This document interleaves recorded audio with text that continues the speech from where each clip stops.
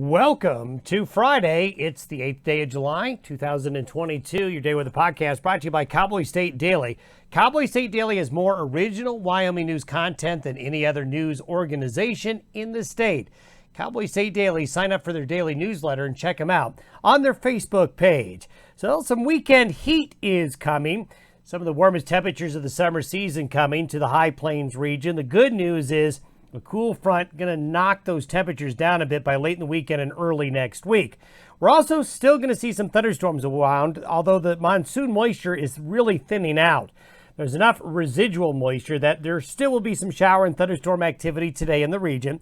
So be on the lookout for that, mainly along and east of the Continental Divide, out on the plains of Wyoming, western Nebraska and South Dakota and eastern Montana, and parts of northeastern Colorado.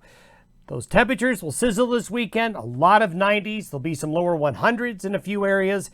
Then temperatures ease early next week as a cool front moves across Montana and sends temperatures down a bit by Monday and Tuesday. Now, the monsoon moisture starts to sneak back in next week for some areas.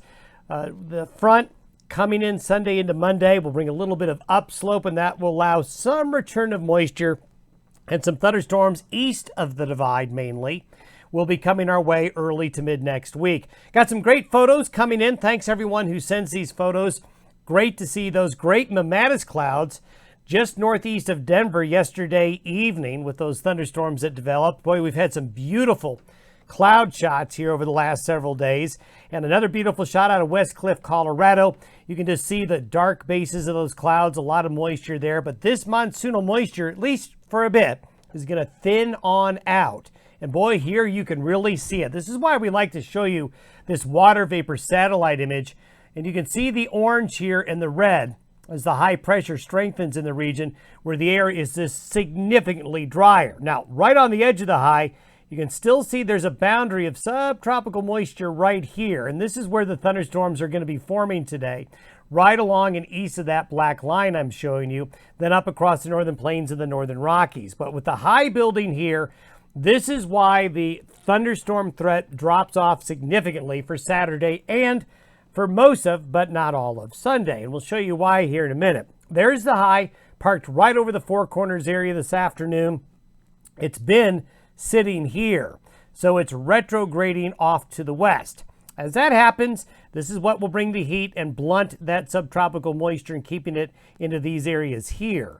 As we go forward, thunderstorm chances through Monday definitely are not as widespread as we've seen lately. And you can see along and west of the divide into Wyoming and Colorado, the air's pretty dry here. East of the divide, there's still going to be some shower and thunderstorm activity. I think the best chance of showers and thunderstorms will be in these areas here, and this is coming this weekend into early next week.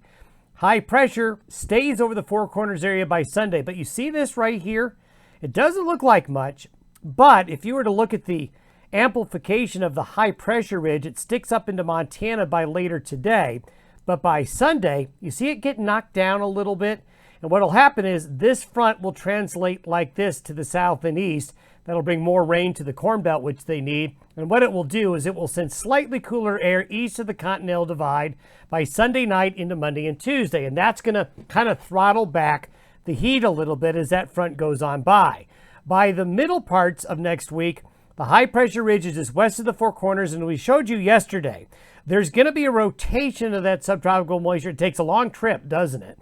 Comes back down on the northwest side, and one thing that tends to happen in the summer, when we have northwest winds aloft and a little bit of moisture, some disturbances in daytime heating, you're going to, over and east of the Continental Divide, get into some afternoon and evening thunderstorms, and we're going to see that as we get into early next week. Now, going out further, we talked a little bit about this yesterday. When we get right around to the 20th of July or so, roughly, the high pressure ridge, which is going to be parking itself here over the next few days, makes its way back to this part of the U.S. And if that happens, the green arrow shows the door to the monsoonal moisture flow opening up again. So from around July 20th, probably all the way through the rest of July, if this pattern holds, and we think it will, if you're to go all the way out to the 24th of July, this is a long-range model, take it with a grain of salt. But if the long as that high stays there, the subtropical monsoonal moisture flow is available to come into the Rockies and the High Plains and the desert Southwest.